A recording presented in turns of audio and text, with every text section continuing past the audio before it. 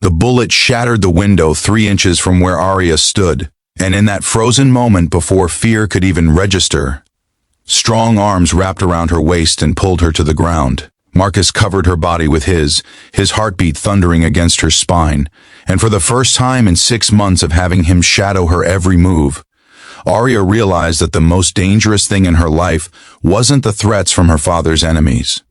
It was the way her breath caught when he touched her. It was the way she'd started living for the brief moments when his carefully maintained professional distance would slip, and she'd catch him looking at her like she was more than just another assignment. Her father had hired Marcus Chen after the third death threat arrived at their estate, each one more specific and menacing than the last. Marcus was ex-military, highly decorated, and came with recommendations that read like an action movie resume. He was supposed to be invisible, a silent guardian who would keep her safe while she finished her final year of graduate school and prepared to take over her father's technology empire. He was supposed to blend into the background of her privileged world, just another security measure like the cameras and the reinforced doors and the panic buttons hidden throughout the mansion. But Marcus had never been invisible to her. From the first day he'd arrived, standing in her father's study with shoulders squared and an expression that gave nothing away, Arya had felt something shift inside her chest. He was beautiful in a way that had nothing to do with conventional attractiveness and everything to do with presence. The way he moved like water, fluid and aware. The way his dark eyes seemed to catalog everything, missing nothing. The way he'd looked at her that first time, not with the mixture of envy and desire she'd grown accustomed to from people who saw only her wealth and beauty, but with a professional assessment that somehow felt more intimate than any admiring glance ever had. If you believe in unexpected connections, in the kind of love that breaks through all our carefully constructed walls, please hit that like button. Subscribe to our channel for more stories about the heart's ability to find light in the darkest places. Drop a comment telling us about a time when love caught you completely off guard. Your engagement means everything to us, and it helps us continue sharing these emotional journeys with the world. The months that followed had been an exquisite torture. Marcus maintained his professional boundaries with an almost cruel precision. He called her Miss Arya or Ma'am. He stood exactly the prescribed distance away, close enough to intercept any threat but far enough to make it clear that this was business. He drove her to campus, walked 3 steps behind her through the hallways, waited outside her classrooms, and stood sentinel outside the coffee shops where she met friends. He was always there, this silent presence that had somehow become the most important part of her day. But there were cracks in his armor, moments when Arya saw past the bodyguard to the man beneath. Like the time she'd stayed up until 3 in the morning working on her thesis, and she'd emerged from her study to find him still awake, standing by the window of the adjacent room, staring out at the dark gardens.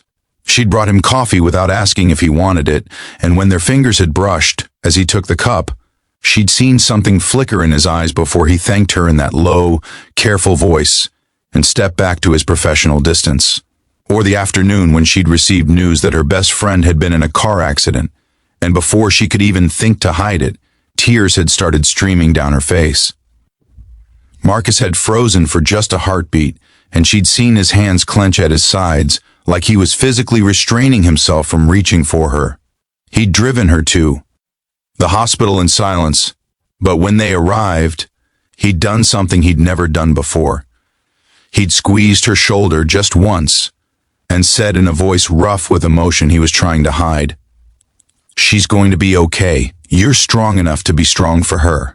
That night, Arya had lain awake knowing that she'd fallen in love with her bodyguard. It was impossible and inappropriate and completely against every rule that governed their relationship. Her father would fire him immediately if he suspected. Marcus would never compromise his professional integrity by acting on any feelings he might have.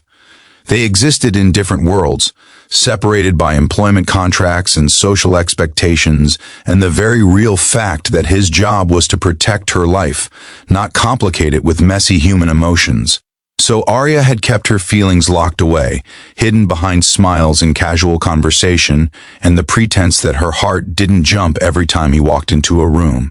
She told herself it would fade, that proximity and familiarity would eventually dull the sharp edge of her longing. She dated other men, boys from her social circle who took her to expensive restaurants and talked about stock portfolios and legacy admissions.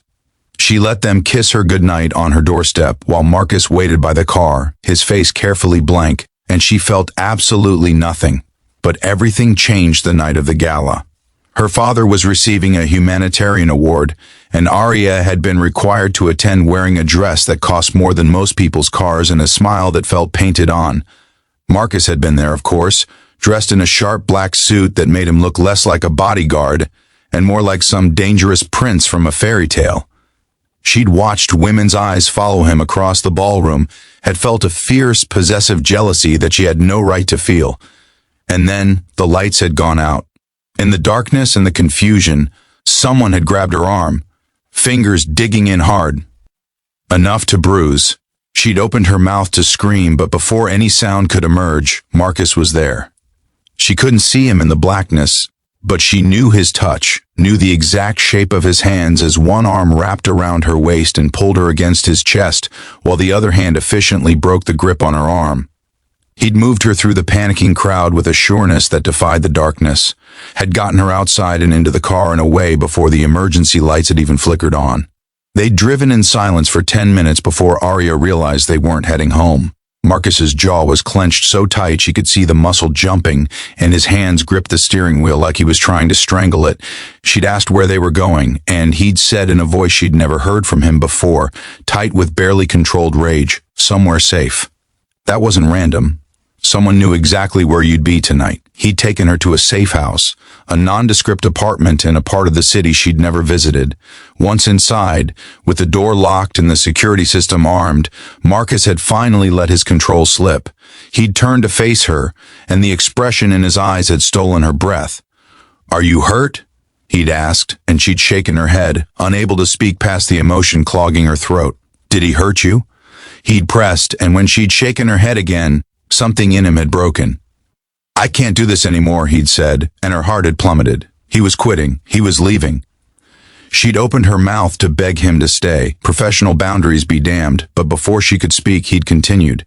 "I can't keep pretending that you're just a client. I can't keep standing 3 feet away from you when all I want is to—" He'd stopped himself, closed his eyes, and she'd watched him visibly struggle to pull his professional mask back into place.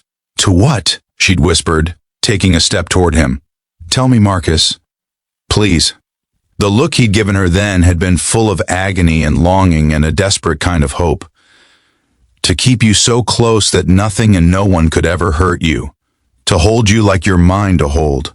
To stop being your bodyguard and just be—" He'd stopped again, shaking his head like he was trying to clear it. "I'm sorry, this is completely inappropriate.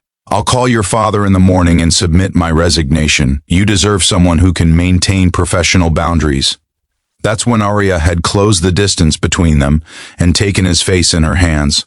"What if I don't want professional boundaries?" she'd asked. "What if I've spent 6 months falling in love with you? What if the only time I feel truly safe is when you're close to me, not because you're good at your job, but because my heart knows it belongs with yours?" Marcus had stared at her for a long moment, and she'd watched years of military discipline and professional training war with the raw human need in his eyes. And then, finally, blessedly, he'd given in. His hands had come up to cradle her face with a gentleness that made her want to cry, and he'd kissed her like she was oxygen and he'd been drowning. When they'd finally broken apart, he'd rested his forehead against hers and said in a voice rough with emotion, "I've loved you since the day you brought me coffee at 3 in the morning. I've loved you through every moment I had to pretend I didn't. I've loved you so much it felt like it was killing me." If this story has touched your heart, if you've ever loved someone you thought you couldn't have, please like this video and share it with someone who needs to hear that sometimes the most unexpected love is the truest kind. Your comments and shares help these stories reach more hearts. The investigation that followed revealed that the threats had been orchestrated by a business rival of her father's, and Marcus's quick thinking that night had likely saved her life. But more than that, it had forced them both to acknowledge what had been growing between them for months. Her father had been surprisingly understanding when they'd told him, though he'd required Marcus to undergo additional security training and had insisted on hiring a second bodyguard to maintain proper protocols. Now, a year later, Arya stands in that same apartment where Marcus had first kissed her, but it's no longer a safe house. It's their home. Marcus still protects her, but now he does it as her partner, her equal, the man who holds her at night and whispers against her hair that she's the most dangerous assignment he's ever had because she's the only one who's ever threatened his heart. If you believe in love that defies expectations, take a moment to comment below. Love finds a way. Let's create a chain of hope in the comments. She's learned that safety isn't about walls and security systems and keeping people at a distance. Real safety is vulnerability. It's trusting someone with the fragile, beating truth of your heart. It's knowing that the person standing guard over your life is also the one who's seen every broken, imperfect part of you and chosen to love you anyway. Marcus is still her bodyguard in every way that matters. But her heart has never been safer than it is in his hands, held with the same careful strength he uses to protect everything else about her. And she's discovered that sometimes the greatest security comes not from keeping dangers out, but from letting the right person in.